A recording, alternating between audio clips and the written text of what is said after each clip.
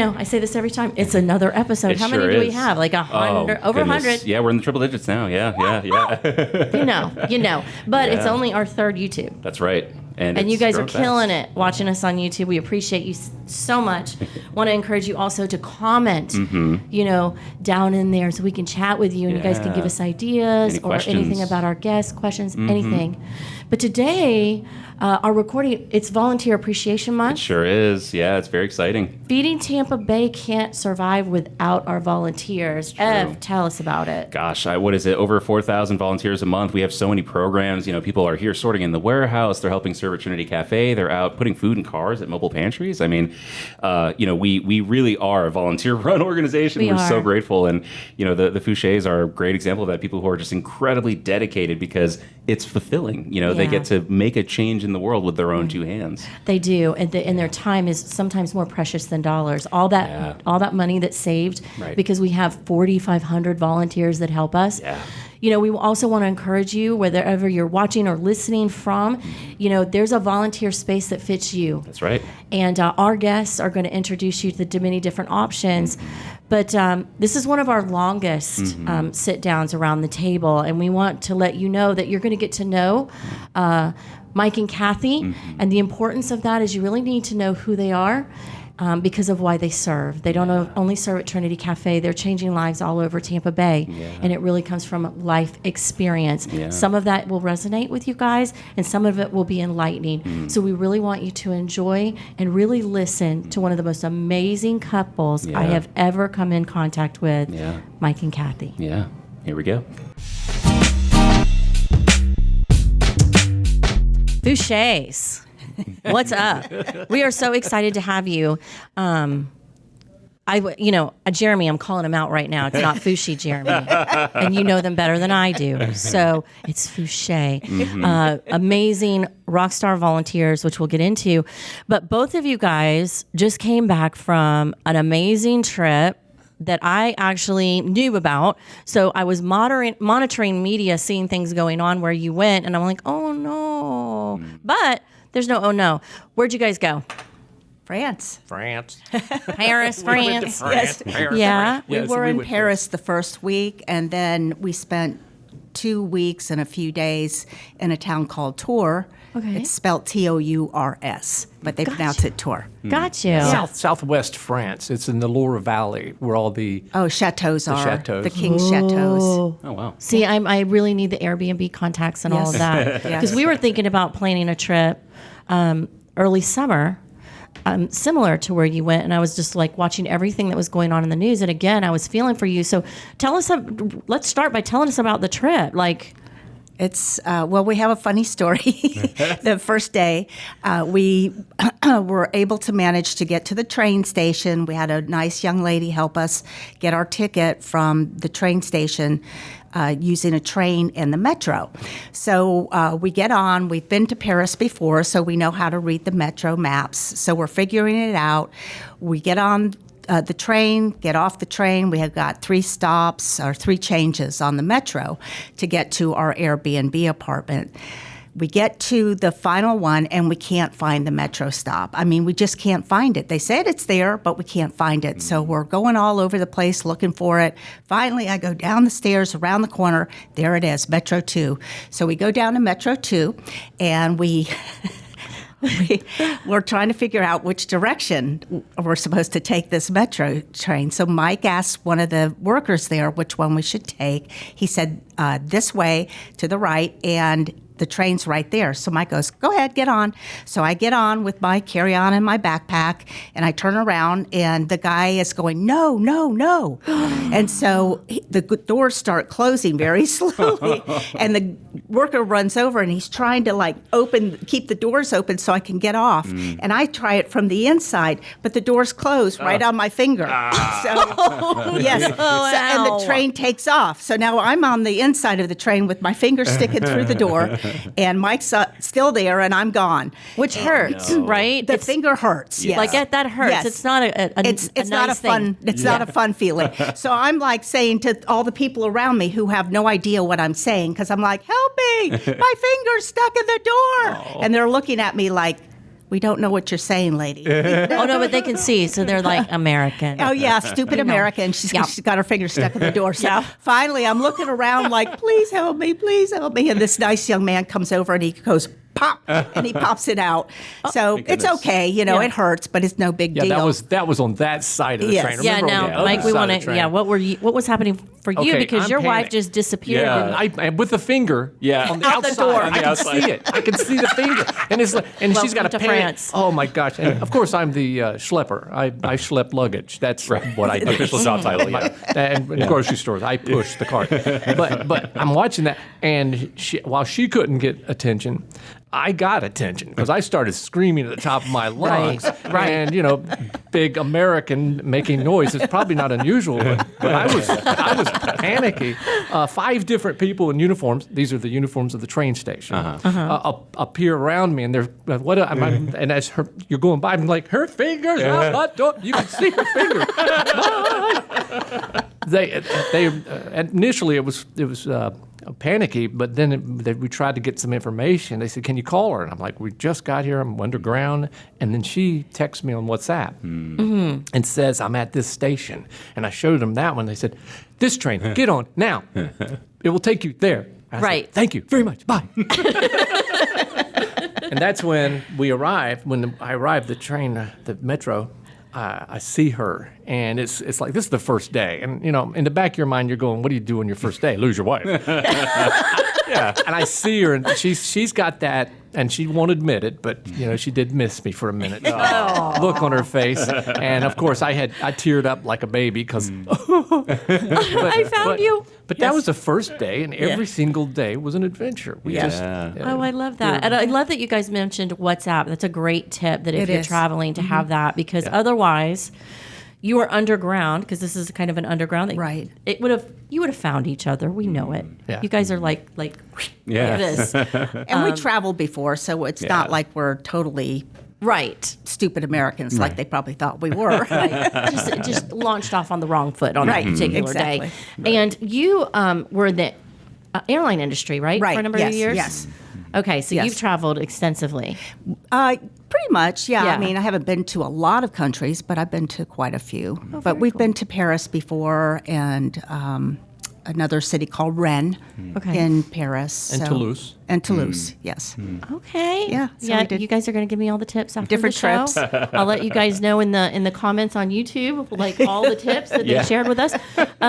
You know what was interesting, and I mentioned that I was like kind of worried about you. Stuff was going on in Paris when you were there. Tell us about that. Is it as dramatic as the new shows, or?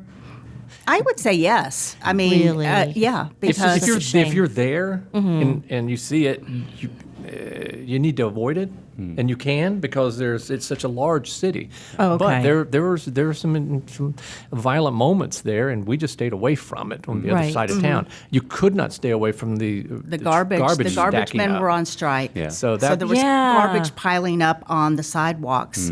And we found out it wasn't every single arrondissement, because a gentleman stopped us when we were coming in one day, and he started speaking to us in French. We had no idea what he was saying. So after he talked for a few minutes, I finally went, English. We're American. He goes, oh, my English isn't so good, but it was fine. Right. And he said, you shouldn't be staying here, meaning in that arrondissement, because not all of them were striking. Yeah. So Gotcha. garbage was in some places and not in others. Right. Got Yeah. you. But they had the protests going on as well. Right. But we knew the days because they published those. And then when their trains are on strike, they say, okay, the trains are going to be on strike on this day. So you knew, and you Right. could plan around it. Right. When we got to our final destination, which was Tours, Tours, but it's pronounced Tours, in the Loire Valley, they had 2 different protests scheduled. And the difference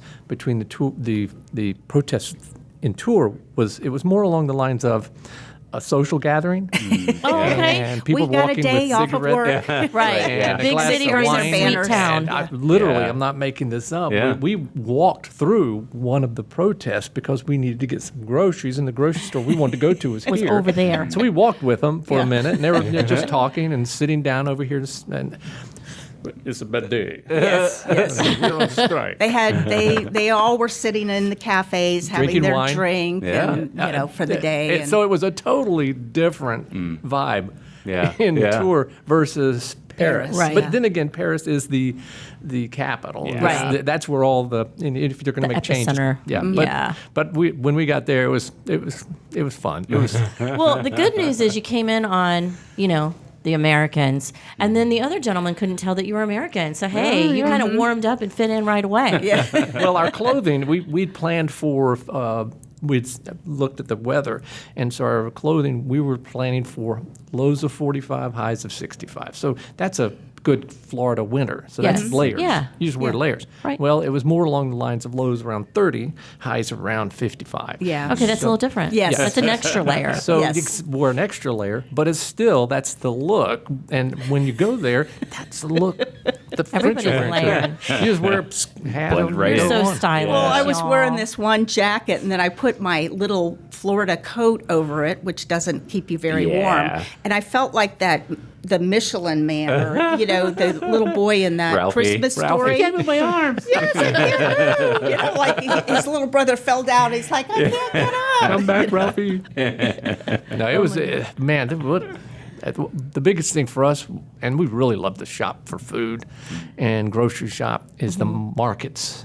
The fresh air market. markets. Oh, my goodness. Yes. Really? Yes, they had produce there that was unreal. Their leeks, the bottom of the leek was about that big. It's like Huge. 3 inches across. It's At least. Oh my like gosh. this long and this big 3 around. feet by Wow. 3 inches. It was crazy. Wow. And It was delicious, crazy. right? Yes. Oh yeah. Their And the flavorful. the strawberries were just, Oh, yeah. okay, we've got great strawberries. Okay? We do. Yeah. God bless Plant City. But I'm telling you, when I bit into the strawberry, do you remember the scene in Ratatouille where the guy eats the First bite of Oh, it. yeah. Yeah. He gets transformed. Yes. I took a bite of that strawberry, and the flavor was the same flavor I remember from back in Lodi, Florida, near Stark, Florida.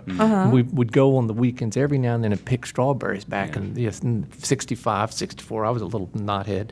And we'd eat half of what we picked, Right, But right. that's the flavor, that natural Wow. flavor from Yeah. right out of the ground. It was Wow. just so...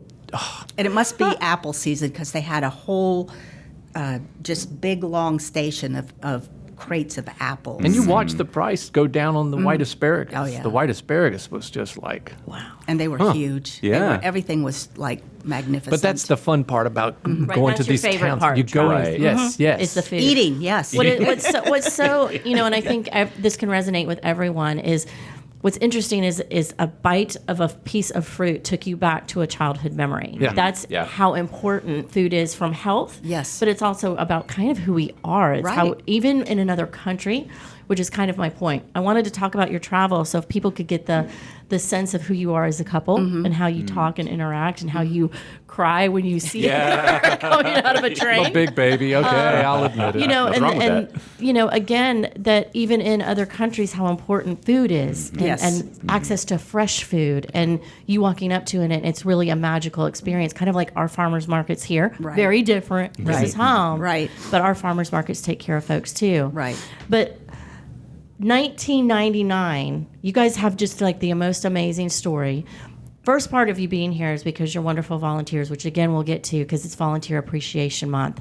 But tell us about meeting each other for the first time, because the dynamic between the two of you is so fun and natural, and love and respect is kind of really what I really see from you both. But this goes back all the way to 1999, and I know Right. I have that Prince song like totally stuck in my right since they told me. But tell us, how did you guys meet? Like, how'd this collide? So we actually met online back in the day when love at AOL was a thing. AOL. Before it was cool, yeah. That music that Yes. was chiming in. Yes. So we met online, and there were just a few things about his profile that I really stood out to me. And one of the things his profile said, what are you most proud of? Something to that effect. And he said, what's most important to you? And he said his role as a father. And that really resonated with me because I was a single mom with 2 young boys, and he had a daughter and a little son, like 2 years old at the time when we met. So, we met online, but we first typed to each other for a while. I couldn't keep up with her. She typed so fast. I can imagine you with the twink. He That was is. me. That's No, me. I'm the one that uses all the fingers. Yeah. Right, no, but Mike is the one that's like, twink, Yes, twink. exactly. And my answers to her were probably, Yes, no. okay. Well, then I would. At the time, I was running a hotel down in Sarasota, and I lived on site. There was a general manager's suite. Now, can you imagine telling a young lady you just met, "Yeah, I live in a hotel"? Yeah, Yay. I didn't go there at first. At first, we were just talking about, but I had to switch off to a typist, and my daughter would type, go. and I would be laying. You had a sitting down. translator. So my daughter can type faster than anybody. And so she's answering, and I'm sitting back like this. Well, that only lasted for about maybe 3 weeks because there are things adults want to talk about. Right. Just don't want Can't have to it be go around a between. 16-year-old How old daughter. was she? Oh, was she 16 at the 16, time? yes. That is so great. Yeah. So literally at that moment, the conversations had gotten deeper in this knowing about each other. But I'm like, I can't type that fast. Can I call you? or is that okay? Or and is it okay? Maybe I tell you. And then I said, because I remember someone saying trust is a real problem on internet dating, and even back then. And I said, why don't you call me? And I said, here's the deal. I'm the general manager of a hotel. I want you to find the name of the hotel in the phone book or wherever. You call that hotel. Just call it and ask to speak to the general manager. That way you'll know that what I'm telling you is true. Oh, So how she thoughtful. called the hotel, Girl. and I have my staff trained that if they ever ask for the general manager, goodness gracious, I'm there 24 hours a day. Yeah. You send it through. I don't care who it is or what time of day it is. Right. Yeah. And they did, and we were able to start talking, and And then here we are. today. Yes. I finally got to smooch. Right? What was it like when his daughter met you for the first time? Because she'd been helping him communicate. Was it like, I don't really remember that part. Gotcha. It was more of meeting him in person. I mean, we each had a photo of each other that was on our profile, but that was it. Yeah. And Hold on a so- second. You had a photo. Let me tell you about the photo she had. Okay, my photo was me in a business suit, and my brother embellished it with pictures of me standing in an archway in Italy. Okay. Yes. Oh yeah. what Hey, happened to trust? hey, that was it. Forget about it. But That was reeling him in. Now, That Yes. was reeling Yeah. him she in. put And then her we- picture on her profile. She was in this beautiful long dress, and if you didn't know, you would say, "Wow, she's out on the town." And really, no. I'm like looking in the background.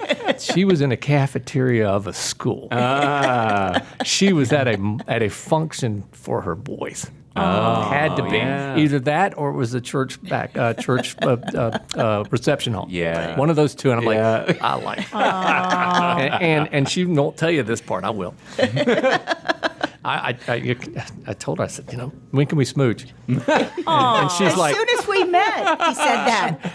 she said, only It's too after, early. it's too early, only after the third date. I said, good, no problem. Yeah. I said, once you, my assistant manager will escort you to your room and take your luggage, and I want to meet me back here at so-and-so for date number 1. Right? And we had a car show at the hotel, and she said, what are we going to do? I said, we're judges. She said, do you know anything about cars? What do you look for? I said, shiny stuff. The party one. That's exactly what I 10 out of 10, very so shiny. we're walking through and to finish up with the car show and had, it was just a nice afternoon, a couple hours. And I said, okay, I tell you what, head on back to your room, and I'll get ready for date number 2. Under 24 hours. We got this. Run, yeah. I did it. You know where he's That's going. funny. Yeah. That's funny. So that was appetizers, and that was I'd take my daughter to the school for function at the school that night, a weekend function, and her friend was going to drive her back. So we went to this place and had a couple of drinks and talked, and brought her back to the hotel. It was about 7 o'clock. And I said, why don't you get ready for dinner, and I'll pick you up at 8 o'clock for date number 3. How fun is that? Oh my gosh. Whirlwind tour. Yeah. Yes. Yeah. 1 in 4 children do not know where their next meal will come from. Many children face hunger over the summer when they are not guaranteed free or reduced meals that they usually receive at school. Feeding Tampa Bay, 10 Tampa Bay, General Mills, and the Florida Dairy Council are teaming up to provide healthy breakfast for children throughout our region. Take a peek at some of the ways that you can help by visiting cerealforsummer.org. How romantic and fun, and what an amazing story. I just think it's so. You were very authentic. This one's got his brother pimping him out. Right, Well, right. Exactly. but all the truth and honesty and wonderfulness that as you guys obviously started then. But with that, we have, and I have the experience too, there's so many people out there that have blended families. Yes. And my experience, I think this is for most. I'm really inquiring about you guys, but in the beginning, everything's warm and fuzzy. Everybody's Right. meeting each other. It's really, really fun. But then life really starts chiming in. Yes. So start us out with what it was like pulling your families together.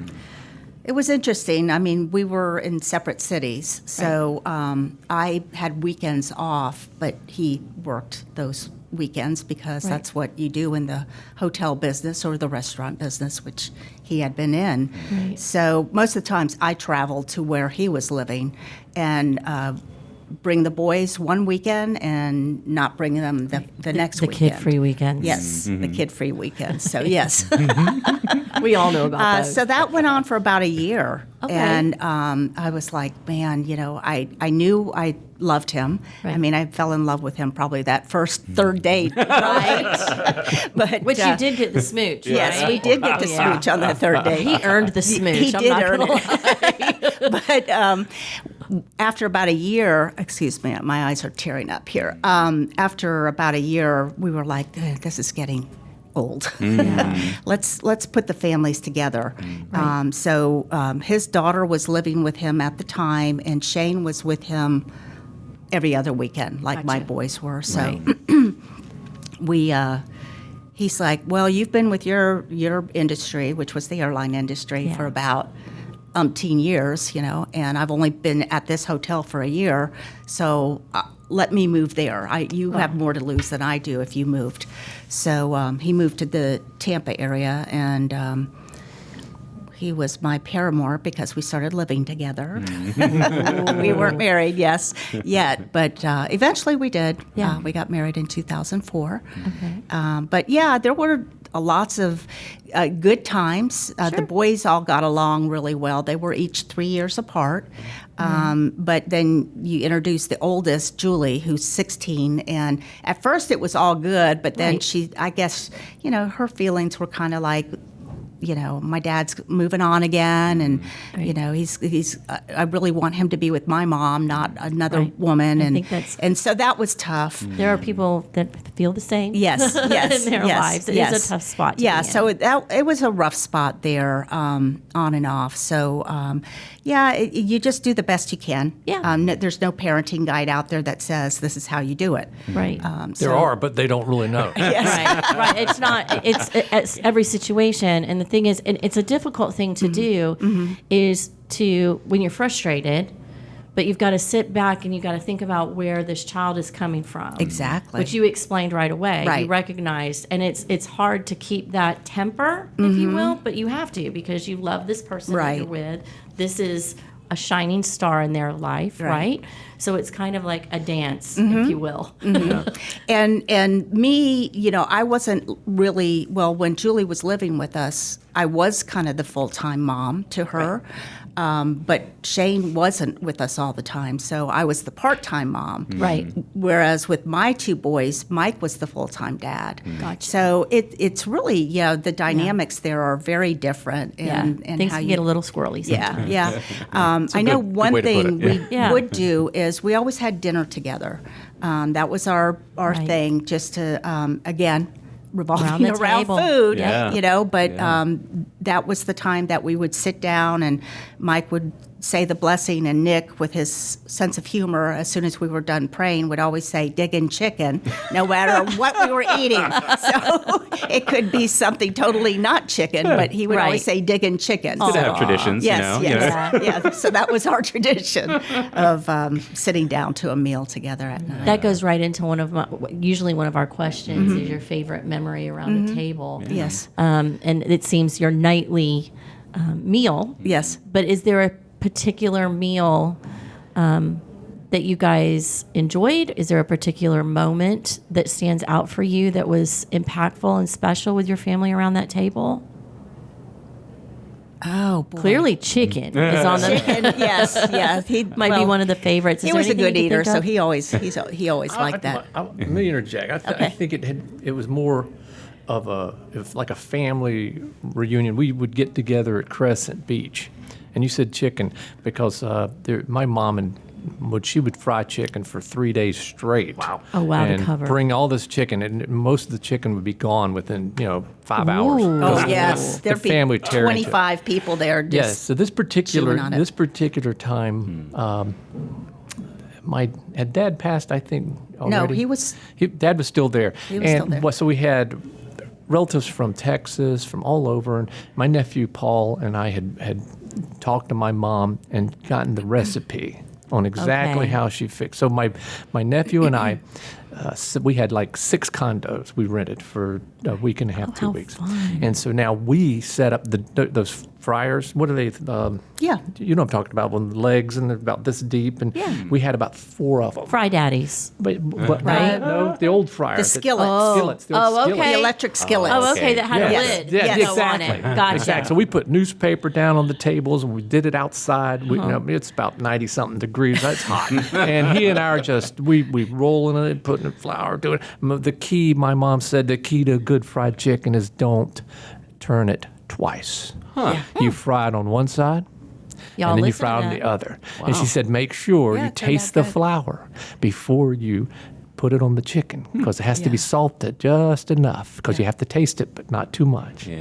But anyway, those 2 things. So we're doing this so Mom didn't have to do it. Okay, and Right. then Mom, and we had to kick her out because she's over at the other condo with my dad. He's playing gin rummy with the boys, and we're working that chicken, and I mean the feeling. And Kathy, the boys were out there. So everybody, that feeling of family, when they tore into that stuff, and when we worked our rear Yeah. ends off, there was so much love in that room. And Yeah. and when you look back at the people that aren't in that room now, Right. that have gone on, Yes. you think that was an experience of a lifetime.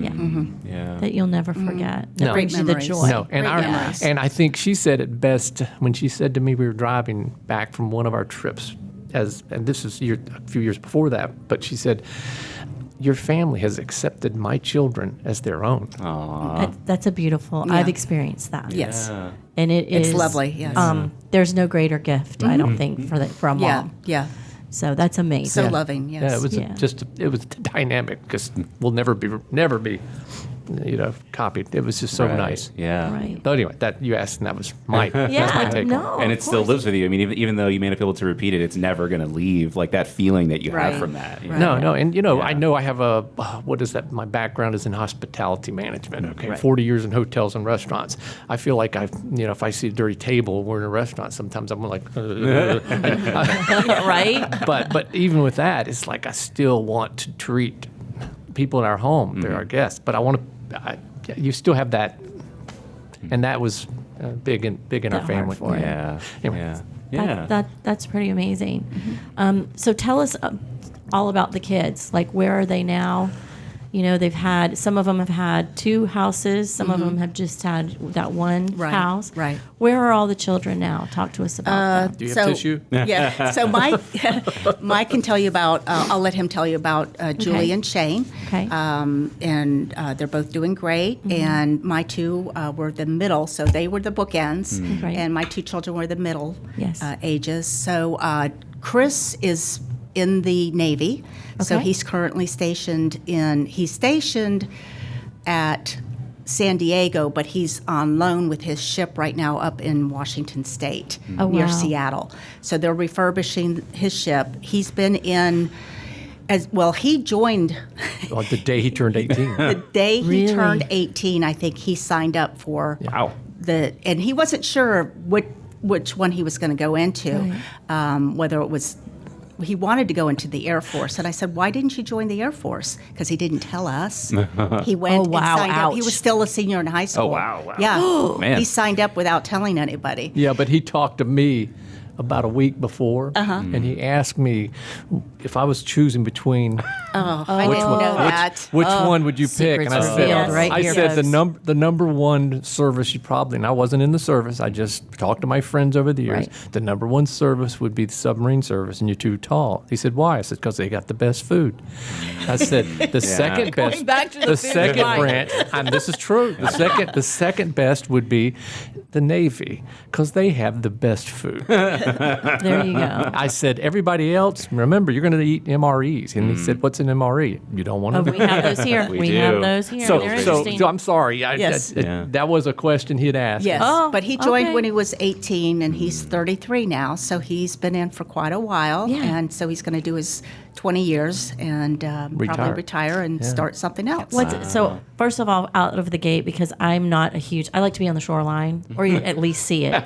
So I find him very brave altogether. Yes. First being on the water like that, and then of course being, serving our country. Right. What is it that he's been able to focus on that when he does retire from the service, what will he move into? What does he do? Boy, so he is in. He's designated as an operations specialist. Okay. So what's the name of that movie that people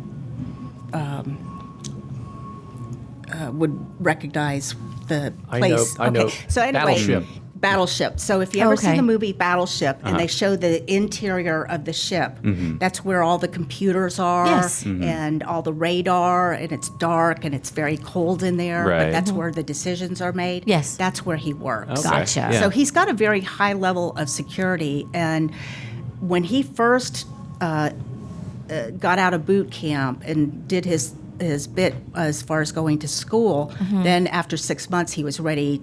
And his first tour was in Japan. And he was on the USS Blue Ridge, which is the ship that takes the admiral of the 7th Fleet, and he's in charge of the entire Pacific Ocean. Wow. So he was very fortunate to spend 3 years there on the Blue Ridge, and in that operations specialist role. So it's a very high level of security, and he told us that he had the same level of security as somebody in the FBI does. Oh, wow. Because that's how important it was working with the admiral. Yeah. So he's moved on. He's been on a couple of other ships since then, but he was on the USS Michael Murphy.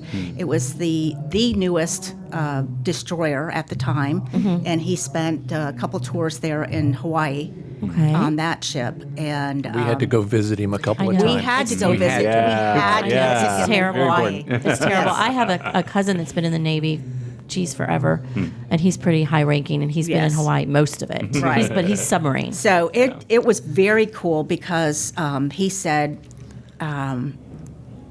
I said, when can we come visit you? He says, this is like on a Tuesday. He said, well, if you can be here on Friday, we're taking the ship out. Okay. And it's family day. Just pop on down. This is where the airline connection This comes is where in. the airline connection This is like, comes I got in. you, boy. I'll be Yes. there. And we did. Yeah, I we love it. flew in Wow. and we got there on Thursday night. Wow. And Thursday in the daytime, Mm-hmm. actually, and spent the night. And then he came and picked us up at like 4 a.m. Yeah. And I know the reason why he wanted us to come, because otherwise otherwise he would have had to work. But because we were visiting, he got to take his family around on the ship. Everybody wins. Yes, it's Everybody a wins, win-win. and he's proud. Yes, he right, was, as he should be. Yes, Yeah. and it was amazing to go on this ship. I could go on and on about it, but I won't.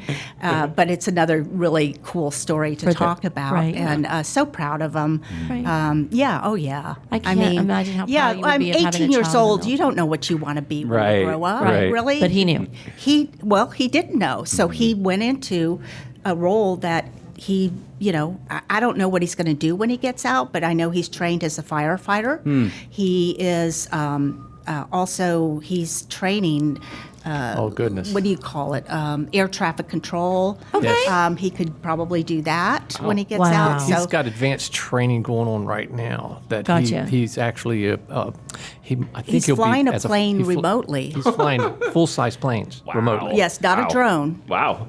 A full-size. Yes, yes. Full-size It's a- plane. They kind of leaned into that in Top Gun, not gonna lie. That's right. Yeah. Oh, I wondered if it was really happening. Yes. But we have confirmation, Most of folks. the times we ask him what he's doing, and his answer is always, "I can't tell you." Yeah. I can't tell. What kind of school do you go to? Navy school. That's what he said last time. It's That's all a I can Navy say. school. That's all I can Most I tell can tell you. Yeah. Navy school.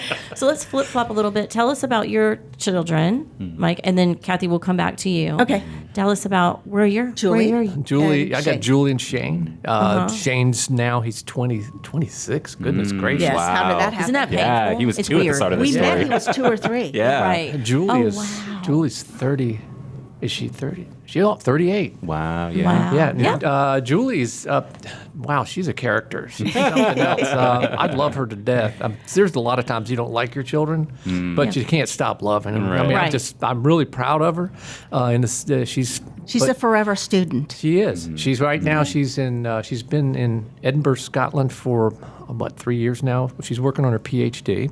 Okay. She got her master's degree from Edinburgh, University of Edinburgh, online while she was working at MIT.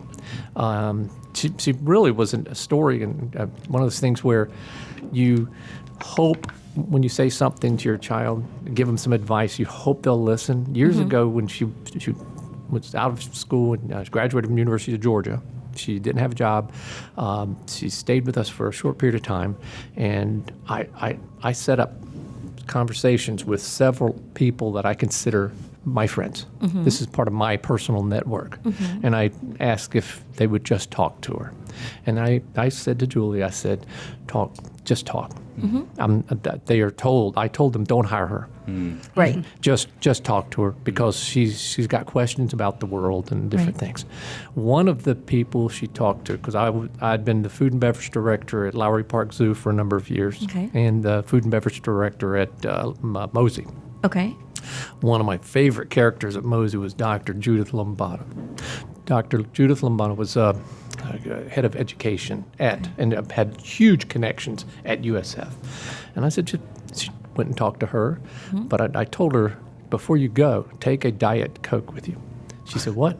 I'm not going to do that. I said, do it. You'll see why. Okay, Dad. She takes a Diet Coke and puts it, as she walks in and says, hi, Judith, Dr. Judith, this is, Julie.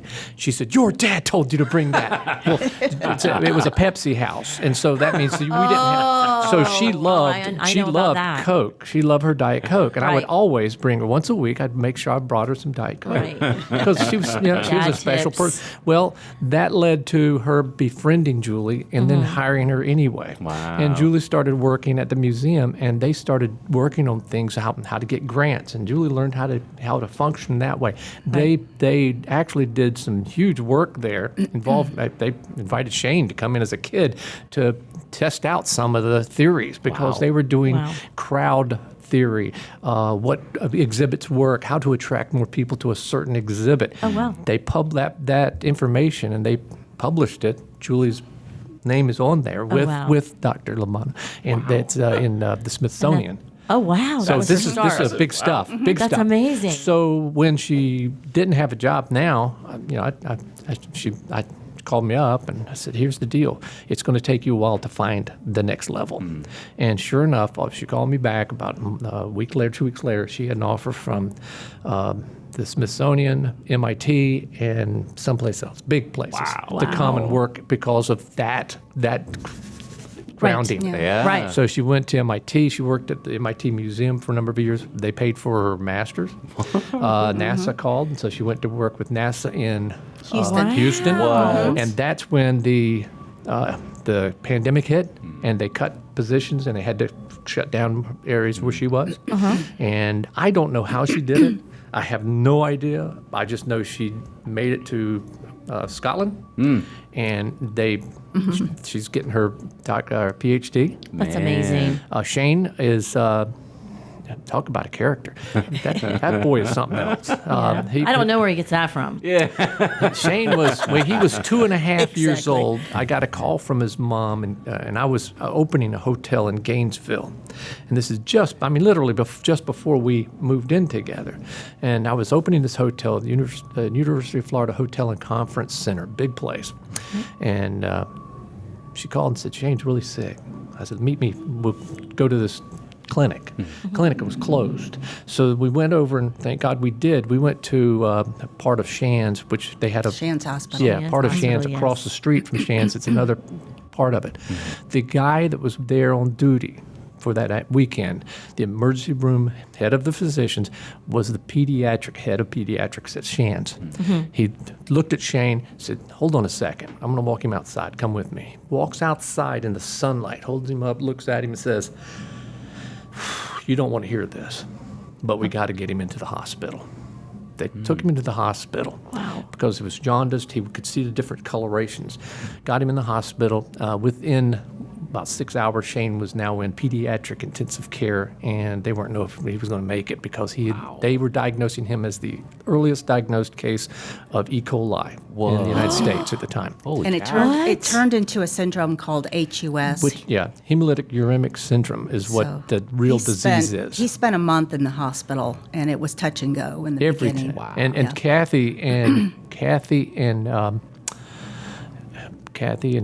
Shane's mom and Shane's grandmother and we set up schedules. Right. Because you can't leave, let's say a 2.5-year-old. Yeah. You can't. He's aware of people. He knows who you are. Right. But if he's alone, it's like you're alone in a hospital. Give me 15 minutes. I'm playing solitaire on my phone. What's he doing? He's going to become frantic. Right. Yeah. No. So somebody was with him 24/7 for 1 month. We took shifts, and luckily the hospital, the hotel that I was opening had what is it called? The lockers, and I had to change clothes. I would get off my shift with Shane, go over there, take a shower, and go to work. And it was we were doing this, and he survived and thrived for a long time. And recently, what was it? 2019. 2019? Yeah. 2019, he was in a car accident. Stupid. He's doing stupid stuff, going way too fast. I think 130 is too fast. Flipped over, and he went out, didn't have a seatbelt on. Flew out the moonroof. Landed on his arm, cut his arm off. Oh my God. Another touch and go. We get the knock at the door at 3 a.m. and Highway Patrol is basically saying you need to come with us. We found out later they do that when you're saying goodbye. Wow. And right now, that was August 2019. Wow. And right now, he is in Gainesville, Florida. He operates heavy equipment for with his prosthetic arm. With his prosthetic arm. He's got two of them, one for casual wear and one for work wear. And he's working on getting another one. And he can operate. People see him, and he jumps out of these huge the piece of equipment, and they say, You've got one arm. So I'm proud of my daughter. I'm proud of Chris. I'm proud of Shane. And they've come so far. Yeah. And they've got a long way to go. But at this point, you look at it and you say, man, we did all we could. Yeah. But what we have to do as parents. Yeah. And we just want to be there if you need some information or options. Yep. I think it's so interesting that fate brought you to Shands. So if you're listening or watching, Shands is one of our premier hospital facilities and teaching facilities. from humans to pets Yes. in Gainesville, Florida. And that's the place where you go. And the fact that you ended up on their doorstep at such a critical time that you had no idea. Yeah. Nope. Yeah. I mean, it's just, Well, My and nephew- you never hear of HUS unless No. somebody gets it. Yeah, my nephew Right. said he was in Texas, and the whole family. Paul was the one who was frying chicken with me. gotcha. So the whole family was digging in. You know, we handle these battles. We live our lives, but we handle the battles together Right. as a family. Right. No matter. And he called me and he said, "Okay, Mike, I got to tell you, I've done some work. Here's what we got. You're at Shands Hospital. Shands Hospital is the #1 hospital to have." That E. coli poisoning, that's their #1. They are the #1 hospital in the United States. Wow. So Yeah. I want you to know. Okay, now get to a computer. Here's what I want you to look up next. Right, Man. right. He had your back, like Yeah. settling He had and our calm back. you. Yeah. Yeah. Oh man. Oh Because yeah. we didn't have time Family, to you're- research. Right. Yeah. You guys have amazing family support Yep. all across the board. Yeah. And I know, with your son, the horrible accident, touch and go, losing his arm, but you guys still have another story that's really a little bit tough to talk about. It can be. So It was a journey. my youngest son, Nicholas,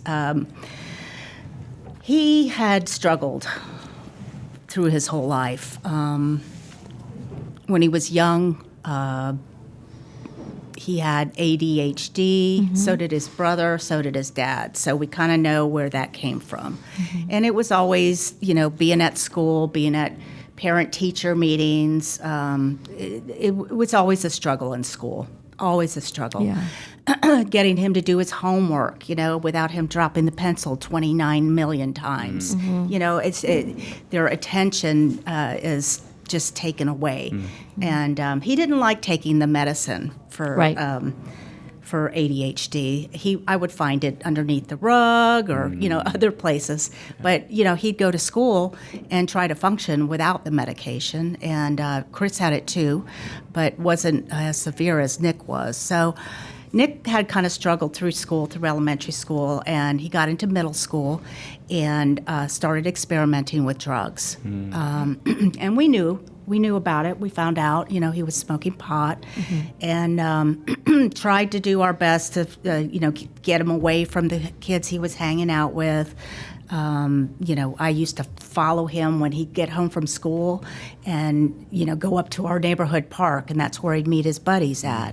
Right. And I'd follow him. I'd walk my dog out there, and I'd be walking my dog. They even called the police on me one day. Oh, wow. Yeah, this woman is stalking us. Oh, wow. Yeah, and I Oh, had wow. to tell the officer, I said, no, I'm walking my dog, Yeah. and I'm watching my son play basketball out here. Right. And so, just things like that would happen. But each year that it progressed, Nick was having more and more difficulty in school. He got into high school and he started skipping school, skipping classes.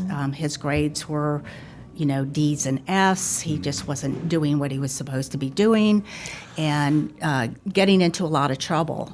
He started getting into legal trouble as well. He got arrested for the first time. He had pot in his car, so he had to go through the court thing. Got just a suspended sentence, but he had court-ordered program that he had to go through. I forget the name of that one. Phoenix House Okay. here in Tampa. And parents have to be involved with it too.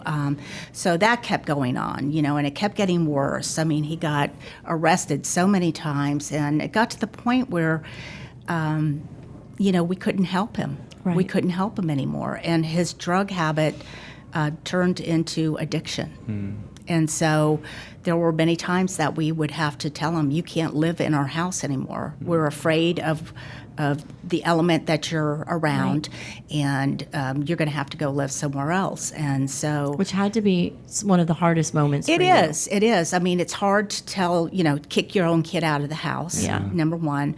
And it's also difficult to tell them when they call you in the middle of the night, hey, Mom, I've been arrested again. Yeah. And I finally got to the point where I said, I'm not bailing you out. This is it. We're done. And to point out, we were together on all these decisions. Right. This is a thing you just did it create tension. Absolutely. Yeah. There's always going to be when you've got that volatile situation. There's going to be tension. We were getting advice from every single source. When I say getting it, whether we ask for it or not, not, sometimes. yeah. And when you when you have 4 children, and you're treating one like this, then the others are going to say, "What about me?" And Right. the questioning starts happening. Right. So, Right. but- Yeah. Your But, hands were really full. Yeah. So it ended up that Nick was on probation, and he violated his probation by being out after 10 o'clock at night, Okay. and got caught by a security guard in this subdivision next to ours. And I always told him, you are always in the wrong place at the wrong time. He always got caught. So he was arrested again, and this time he had to go in front of the judge. Now this is like his third time in front of this judge, and the probation officer had recommended that he go to prison, and he did. So while he got in there, eventually he got called to Pasco County for another violation of something else. So they brought him there, extradited him to Pasco County, and he actually spent his year in the Pasco County jail and not in prison. So I don't know which would have been Right. best for him, but he was clean while he was in there, as far as we know. So he had been sober for a year, and then after he came out, of course, he didn't have anywhere to live, and we said, "Well, you're clean, and we don't want you, to bring that element into our house." So it was going good. He got a job.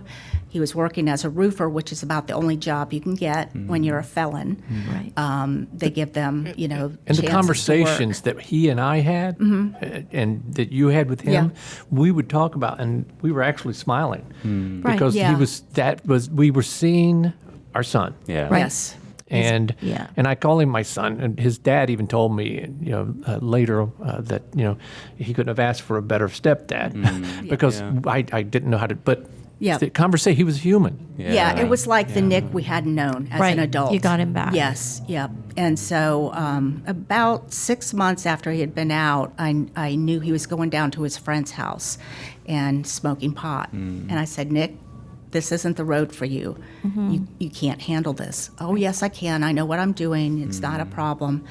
And it was a problem. Yeah. I How mean, old was he at the time, if you don't mind me asking? 27. 27. 27. So he was still working, but, going down to the friend's house at night. And then he got back together, rekindled a relationship with a previous girlfriend. And she had a little boy. And so they were back together, and they were staying at the house one night, and they went out late. And my normal thing before, when he was doing the drugs, was I would sleep on the couch so I could hear when he came in, because that way I knew he was safe. He wasn't in jail, or he wasn't dead. And that's kind of the life of a parent of an addict, that you have to live like that. And so it's hard. It's a hard existence. And so he came in.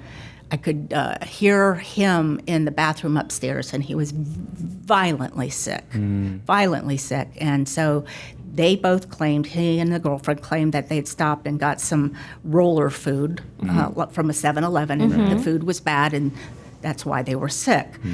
So they're tremendous liars. Addicts are Right. tremendous liars. And so in the back of my mind, I knew something wasn't quite right.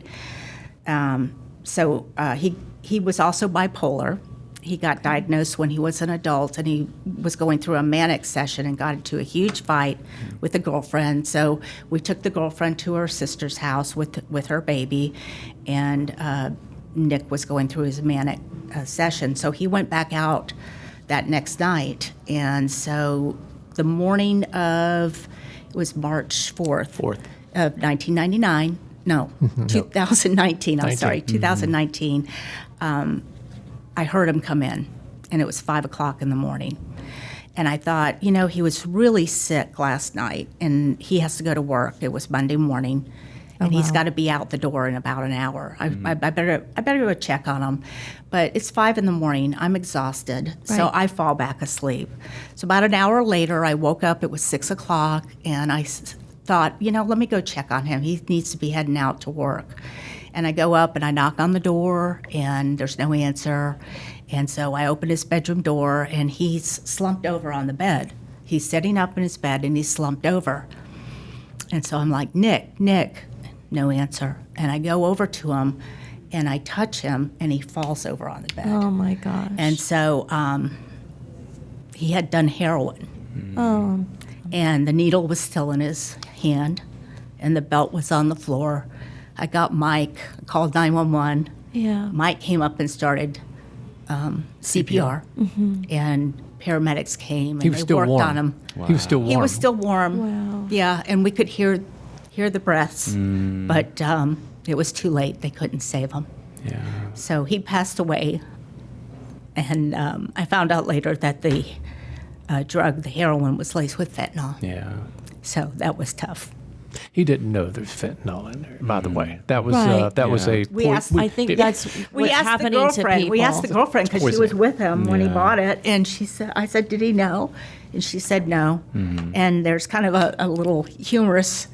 Oh yeah, when Story. the police asked, they were investigating and continue to this day investigate cases like that as a Yes. criminal offense for the person who sold him the drugs, because they were trying to make it a little bit stronger so that he would continue to buy from them. Sure. Right. And they kill people, but that's just part of the job for those guys. So the police were asking questions, do you think it might have been suicide? And I told Kathy, I said, no. Let me tell you why it was not suicide. He went to Taco Bell that night on the way home, and there was a half-eaten burrito that he had wrapped up and put in the refrigerator. Yeah.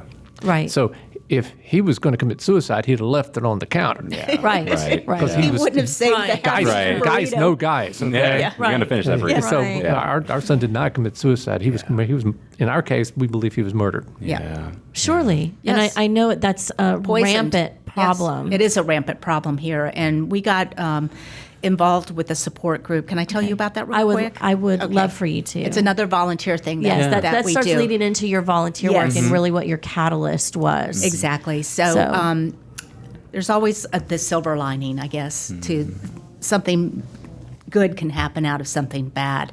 And so we started going to the support group. I found out about it by going to Naranon meeting Yes. at a church right up the street from us.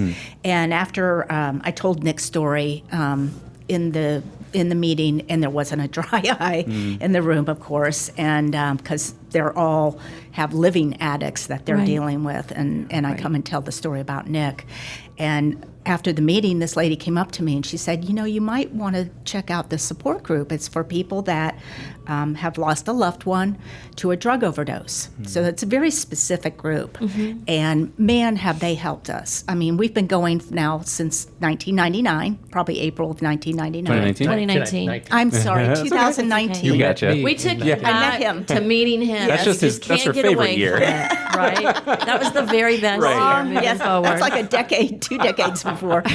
So anyway, we've been going to the support group, and they're part of a group called NOPE, and NOPE stands for Narcotics Overdose Prevention and Education. And so got to know the woman that runs it, the group. The support group. She does other things as well. She has other groups with children, high school age usually, or middle school, part of the drug education. So she kept talking about how NOPE goes around to high schools and to middle schools, and they do a presentation about drugs. And it's mostly about, it's not don't do drugs because we know they do it. Right. It's more about recognizing overdose Yeah. and what to do in the Right. Good Samaritan law, where they can call 911 and not get in trouble. Right. So, it's a great program, but they need family speakers. So I kept thinking about it, and I said, I might be able to do that. I might be able to do that, but I wasn't ready. And after a couple of years, I said, I think I'm ready. I'm ready to tell Nick's story. So that's what I do with NOPE.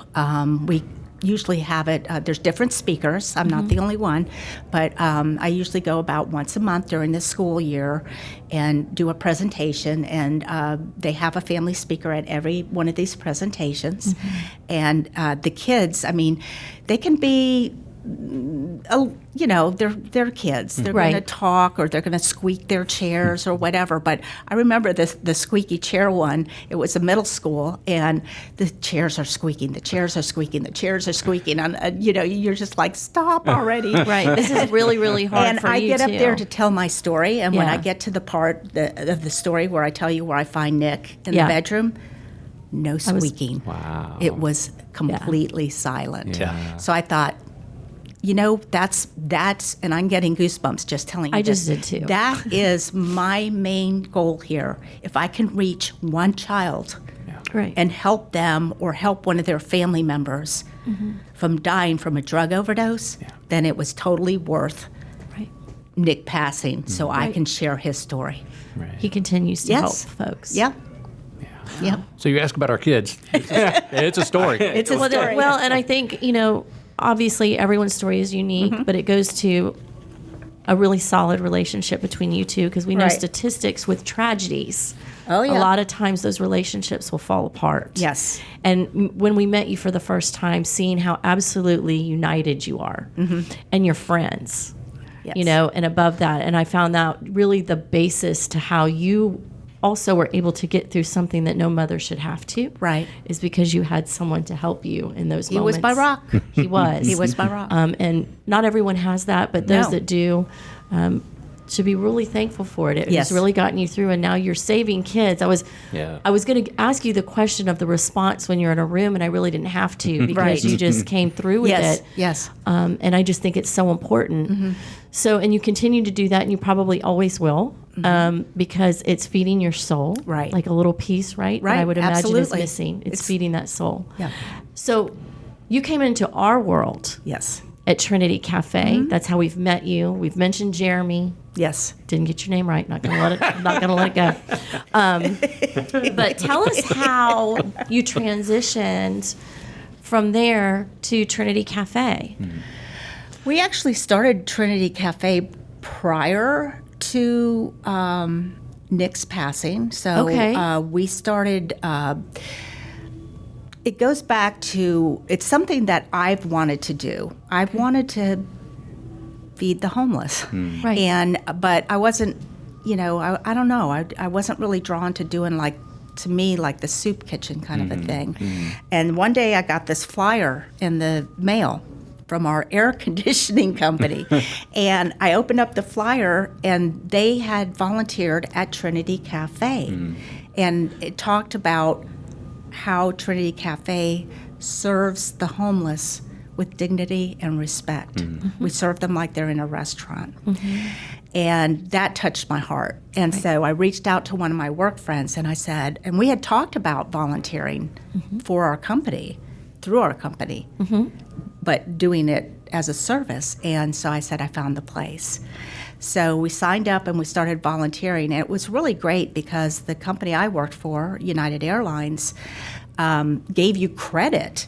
Right. If you served 40 hours in a calendar year, they would give you a certain amount of money that you could use or donate. And so I took my earnings from that, which was $250, and donated it to Trinity Cafe.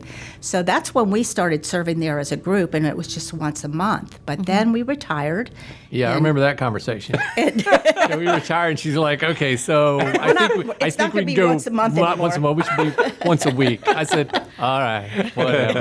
Well, Got some okay. time now. Yes, Yeah. Now yes. remember, dear. Yes, dear. she spent 40 years in the airline industry, Yep. and I spent 40 years in hotels and restaurants. So now I'm retired, and I'm going to go work in a restaurant. Let's go. Right. For free. Oh yeah, for free. Oh, yes, for free. So For we free, worked. yes. We worked at the. We're at volunteering. Where were we at Bush or We did both. We Yeah. worked at once a Bush week though? and Once a week. Once a week. Once a week. and Nebraska. Yeah. So we still now to this day we volunteer at Bush once on Tuesdays and on Nebraska's Fridays on at Friday. Nebraska because we like both Right. places and we've made then- connections. Then they promoted Absolutely. Then we I got- know. us. We got I know. twice the amount of pay. We did get Right. twice the amount of the pay. recognition. Yes, yes. So The love. Jeremy, about a little over a year ago, came to us and needed a volunteer captain. And so on Tuesdays. Right. And so he said, I think you'd be a great volunteer captain. Right. And I said, I would do it, but I would like Mike to do it with me. Yeah. Because we're a couple. And we do these things together. And so I said, let me talk to him and I'll get back to you. So, of course, we said yes. And we love it. Well, wait a minute. About 3 months after, she got tired of me being a co-captain. She demoted me I to demoted sergeant. him, yes, to sergeant. So I truly am the captain. Gotcha. I am great. the captain. But you got him the T-shirt. Yes. There you yes. go. I'm the comedy relief guy. There you go. Everybody That's needs it. really needed Yeah. in that Yeah, environment, though. so my strong suit is I'm very organized and I'm very punctual, and not today, but really, Yeah.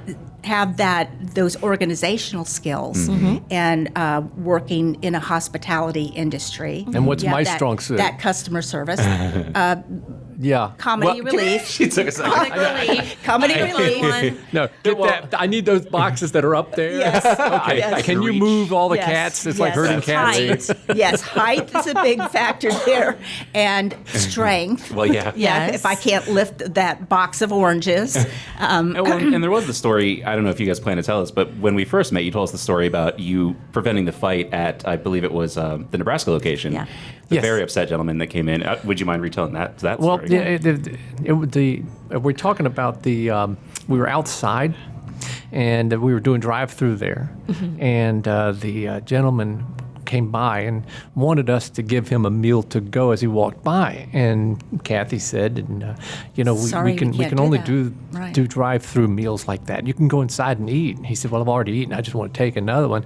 And at which point I said, sir, we're just volunteers. We can't do that. We really would like to, but we cannot. And he cussed at me really loud. And at that time, over the corner of my eye, I could see a couple of the workers from that are employed started heading as backup towards me. And I just looked at him. I said, sir, I love you. And he just looked at me and said, what? Now the picture is I'm 6'3" and he was about 5'7", and looking up at me, and you could see that his eyes were just something, somebody put a burr in his saddle, and it wasn't me. And I just looked and I said, I love you. And he started laughing. He said, man. and he walked off laughing. Just like that. Well, yeah. And it's kind of as you get older, you understand that things can really go sideways fast. And, I've watched several different, I don't want to call them, but things on YouTube where there's little classes and stuff on how to diffuse situation. Why are you looking at me? Well, I see that shirt, man, and that's tell me where you got that shirt. Right. You don't have to always go Right. over the edge. Yeah. Right. Yeah. And so Yeah, that you was don't one have of to those. join in it. Right. No, Yeah. exactly. That's one of those Diffuse it. situations. Exactly. Yeah. So. Right. And that's his superpower at the cafe. I feel, Yes, Coming up Yeah. with something like that. absolutely. So Trinity Cafe, we have our 3 restaurants right now, soon to be Right. 4. And Jeremy, you guys are very unique as captains because you visit 2 locations. And do you guys have friends that you've made that are guests? Because it's so funny you're talking about United. I was at Trinity Cafe before Feeding Tampa Bay, and I know exactly when you volunteer. Really? Yeah. I'm like, oh, wow, okay. Didn't know that Yeah. until just now. But I know That's funny. exactly when you guys would come in every month and take care of it. But have you made friendships around the table that you can count on? Absolutely. There's one, both with our guests and also with our co-volunteers. Yeah. So there's one young lady at the Nebraska location. Why is her name escaping me right now? Allie? Allie. Allie has autism, and she's an adult, and she's very functional, but she struggles in a few areas, and so I've just befriended her because she's sweet and she really has a good heart, and her mother is awesome at getting her involved with different things and taking her to, she's involved with a lot. Right. And they bake together, they make gluten-free products, and she's just a great young woman. And the last few times I volunteered at Nebraska, they've been using her up on the line because they're short on Fridays. So she'll put the bread on the plate or the potato chips on the plate. And then they needed an extra person up there one day, so we were working side by side. And so sometimes she might forget to put the chips on or something. I go, "Oh, Allie, look, you forgot one," you know, and just make it kind of, and she goes, "Oh gosh, don't tell my mom." And I said, "Allie, I'm not going to tell your mom." I go, "I'm here. I've got your back." And I said, "And you've got mine," And so we've struck up a really warm friendship. As a matter of fact, she came back after being away for a couple of volunteer sessions and said, she goes, "I really missed you guys. You're like my grandparents here." Isn't that sweet? Yes. So sweet. And then for me personally, I've made friends with a man that he was coming to Bush, and now I've seen him now at Nebraska as well. And so he's missing a leg. And I guess because Shane lost his arm, I immediately was drawn to him. And he's on crutches, so he doesn't have his prosthetic yet. And I know that feeling because we lived it with Shane. Right. And so I just, one day I said, "Hey, I just don't want to say hello to you anymore. What's your name?" And he said, he goes, it's Bobby, Robert, really. And I said, "Oh, okay." He goes, "But everyone calls me BJ."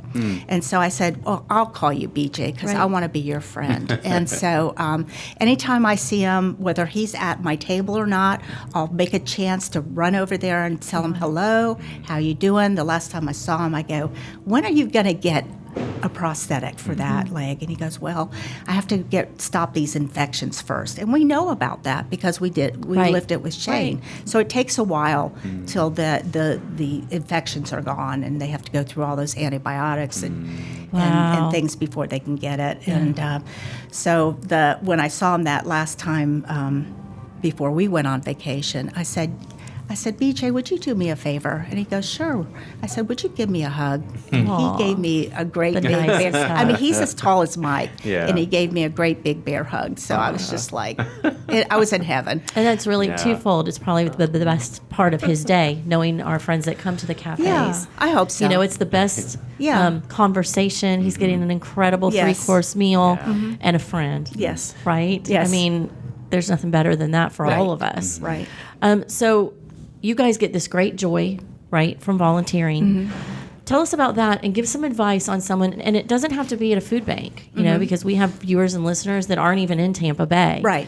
But give some tips on how to find a volunteer experience that works for you. That's the neat thing is after we had been retired for a year and a half or so, then I saw a program that talked about people that retire, if you don't have something, you lose. You have something that's relevant.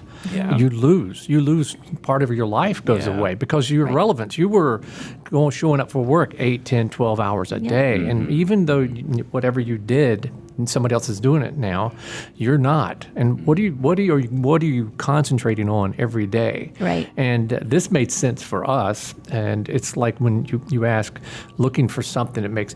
Guess what? Not everybody is cut out to work in hotels and restaurants and work and face to face with a human being. Right. My brother, God bless him, he worked with computers for the longest time, and he would tell me, he still does, "You're loud." Well, yeah, I'm loud. My existence was always, a loud kitchen. But I could not do what he did. Right. I could not sit down at a desk and all day long. I mean, It's like longer with the cycle. the last 6 years of my career was almost totally, I'd say 90% from an office in my house next to her office in the house. Her office was quiet and was like, that's okay. Nothing. No TV, no radio. In my office, I had music blaring, and I put the speakers on. When I talked to the restaurant managers, I would be, "Dude, what's Oh my God. Oh my gosh, my door would be closed and I'd still hear him. And I'd be Sound like, padding. Yes, and sometimes I'd open my door and go into his office and go, "Could you please Tone it down. In a very important meeting. He's like, what? So clearly, you're a people person, Yeah, and that is that hands-on experience, which we give. Right. But there's also other volunteer opportunities in the area that would Exactly. suit someone who is sitting Exactly. quiet. Yes, we just learned You know? one recently. We got invited to a fundraising breakfast for the Crisis Center. Yes. And We work with the Crisis Center. What an operation. I knew that they were there for Tampa, but I didn't know they were actually nationwide. Right. And they support the phone calls, not only in Tampa, but also in the Sarasota area. And we learned so much that day. So we're actually going to go take a tour of Very their cool. facility in May. Very cool. And To who your knows, we point, might yeah. volunteer there too. Right. To your point, you got to know You who have to you are. find your know niche. yourself, Yes. and then Right. you find that Know niche. you. You go exactly. Right. And then what adds to your life from Yes. giving of your time. Right. Our neighbors, all our neighbors know. They all know that we volunteer at Trinity Yes. Cafe. Right. They all know that they can't talk to me when I'm walking the dog in the morning on Tuesdays and Fridays. Right. Because if they talk to Right. me, I gotta get to work. she'll come outside and go, Got stuff to do. Time to go. Tapping the watch. Yeah. Move on. and I'll point my finger, Jim, it's Jim's fault. Fred, it's Right. Fred. Go talk to him because Yeah. he's going to be quiet. Well, we're so appreciative Thank just you. of everything that you bring. It just inspires me, and I hope everyone watching or listening, is you've taken so many factors of your life and given back to the community, whether it's hospitality and being friendly and bringing joy to someone, or it's tragedy that has broken your heart and you're trying to heal others. You guys really give back to the Tampa Bay community, and we all appreciate it. I thank you for it. And, it's Volunteer Appreciation Week. Feeding Tampa Bay needs 4,800 volunteers a month. Wow. And we get them, but we get it's them. because people are devoted That's like you a guys. lot. Yeah. And part of that, I think, is because everybody can relate to food. You talked about being in Paris and the delicious food and Yeah. Oh, yes. food around the meals, which touched my heart that you guys still maintained that dinner around the table at Right. night. That so many families, it fractures out. Yes. It doesn't happen. Right. But I just...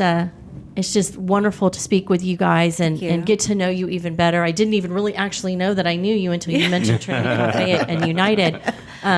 But, we always like to go out kind of with something a little fun. You can do with it what you will.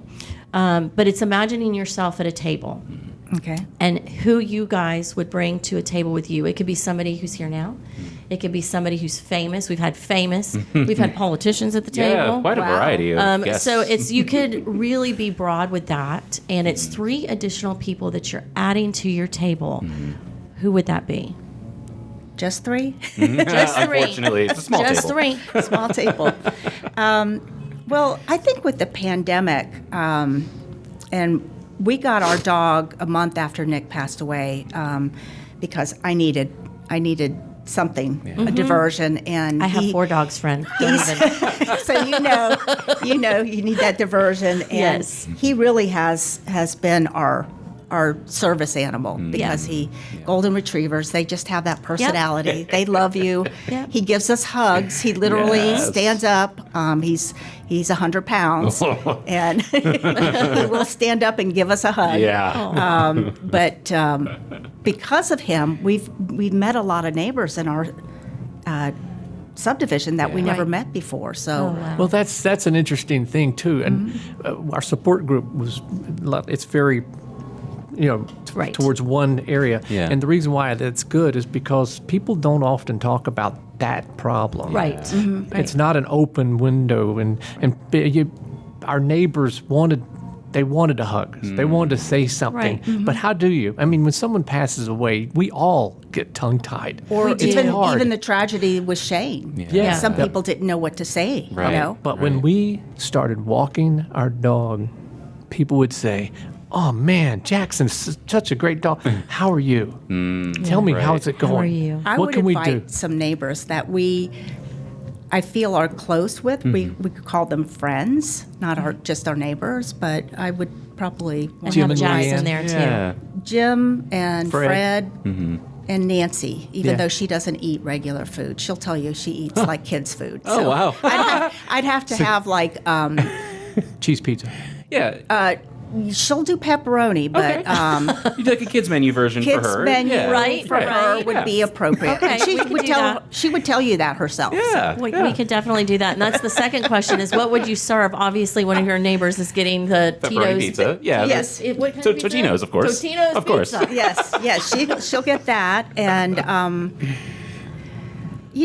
I think you'd want to talk quite a bit at that dinner. So Yep. I think I would go with just a charcuterie tray, Yeah. and that way you And some could have And some tapas. tapas. Yes, we did go to Portugal, so that was Oh, yeah. I love There it. you I go. love that, too. Barcelona. That was Barcelona. Yeah.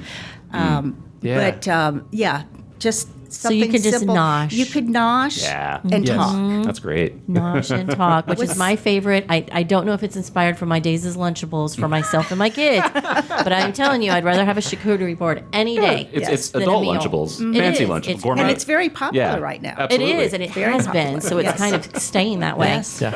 Well, you guys, thank you so much. Thank we you. can't forget. We'll make grilled chicken for your Fried dog, your chicken. fur baby. Fried chicken. Fried chicken. Not But for a fur baby. Well- I'm talking about at the Oh, table. I see what you're saying. He's got to have Oh, something okay. really good in that Yeah. bowl. Because He's he's not a- really the one that brought everybody He's together. not allowed to have That's people true. food. Let's Yeah. not. Oops. My That's house fair. they're spoiled. Yeah. Whatever. But anyway, we Yeah. can't forget him. He brought everyone to the table. Yes. Thank you so much for joining ours. Oh, thank It you has for been a having us. pleasure and a gift to get to know you both more. Thank and thank you. you for all that you do. Okay, you're welcome. You can learn more about Feeding Tampa Bay and how to join the movement at feedingtampabay.org. You can also follow us on Facebook, Instagram, Twitter, LinkedIn, YouTube, and TikTok at Feeding Tampa Bay.